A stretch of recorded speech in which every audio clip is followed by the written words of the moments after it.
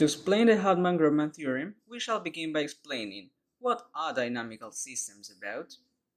To make a comparison, in calculus courses, we learn how to spot extremal functions. This minimum can be called an stable equilibrium point, since regardless of the direction we move, we tend to return to the equilibrium point. On the other hand, this maximum is called an unstable point, because in any direction we move, we get farther away from the original point. Similarly, a settled point is defined when the direction matters. Some directions get us farther and some directions closer.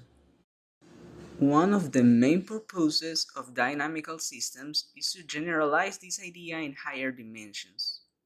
For example, in this vector field, this point is a saddle point, since some directions bring us closer while others get us further.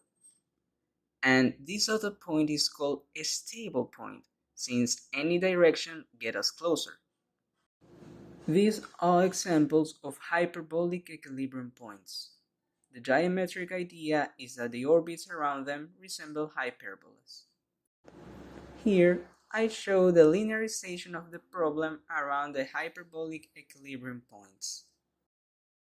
As seen, for the linearization around the stable point, the origin is an stable point, and for the saddle point, the origin becomes a saddle point. This is the main idea of the Hartman-Grobman theorem.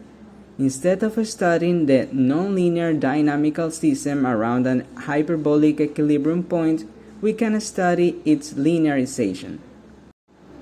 This idea is stated as the system and its linearization are topological conjugates around a hyperbolic equilibrium point, which I will explain in a later video.